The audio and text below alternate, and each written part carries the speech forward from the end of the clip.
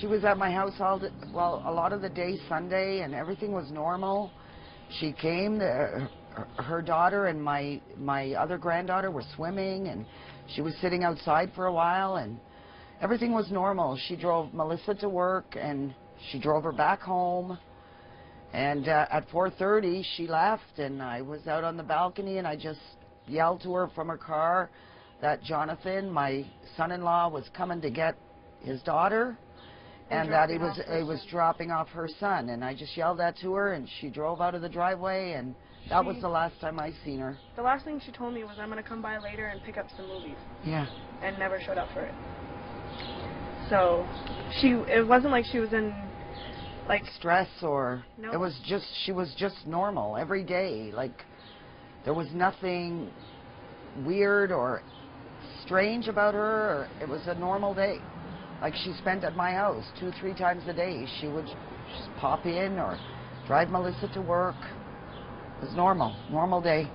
And now, Jackie, she did think that she was being followed, though, right? I mean, can you tell me a little bit about that? Like, so you don't feel like she was just distressed at all before her disappearance, but was it a month or a few weeks leading up? It was about a couple of months, and she kept saying that somebody's following her. She was being stalked, and I mean, I didn't even take her seriously because she never got a license plate, or she never told us if it was a guy specifics, or girl, or I said, is it one person? She goes, no, there's a bunch of people. I don't know if, I kept saying, Aaron, I don't know, is it in your mind? I really didn't take it seriously. Maybe I should have. There was one time I was in the car with her, she was driving me to work, and she said, the car behind me follows me all the time. I didn't take it serious. I couldn't even tell you what kind of car it was. And now I'm thinking, I probably should have. Yeah. And now, was it Monday that everyone noticed that she was gone? So Sunday was the last time that she was Sunday at 6 o'clock, leaving my daughter's house in Chateauguay. And she picked up her laundry and she left, and nobody's seen her since. We don't think she even went home. Her laundry never made it home. Her supper was still waiting for her to... Still waiting in the pan. For her and the kids to eat. And she was gone, just gone. We don't know where or My how. niece who's seen her said she left in a rush. In a rush with her laundry. And it looks like she left her house in a rush because she would never leave food out. Like my granddaughter Rachel's iPod was still there in the charger, which she never went anywhere without it. And I phoned the police, and they met me at her house. And at first, you know, they said maybe she's just off for a couple of days, and you know, not to worry too much. They did look around her house, and so I just told them it's not normal. It's not normal. She wouldn't just leave. We would have seen her even by Monday. And I knew something was off, and by Tuesday, the police were really on it then.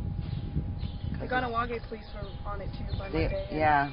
They've helped out. They've helped out a lot, and looking for her, and still are. Have there been any, like, other than the thing in Gatineau, I mean, any other signs for you guys? No, that was the biggest hope. We didn't have to hear nothing or see anything, and as soon as it went out into the news, then people were calling, and the biggest hope was the Gatineau, because somebody said they seen her. 3 people, I think, phoned and seen her car, and then she thought she was spotted in Walmart. In the Walmart. So it was a really big... It was a big lead, and we were so hopeful, and then I thought she would be found yesterday, and then it turned out not to be her. It was not her. It was an identical family. And that's why we're depending on the public so much, because we have no answers right now. We don't know. No, we don't know what to do or where to go, or just please, somebody help. Somebody look for her. If you see her, please call the police or call me. Any small thing, even if you just seen her at the corner of your eye passing a street. What's the strangest thing that you guys felt about seeing her house after you realized she was missing? I was the first one to go in there. She was first. I walked in there because she was supposed to pick me up to go to work, and she didn't show up. Sometimes she's late, so I'll just walk over and tell her let's go. She wasn't there, so I didn't... At that state of mind, I was going to be late for work, so I didn't fully look around.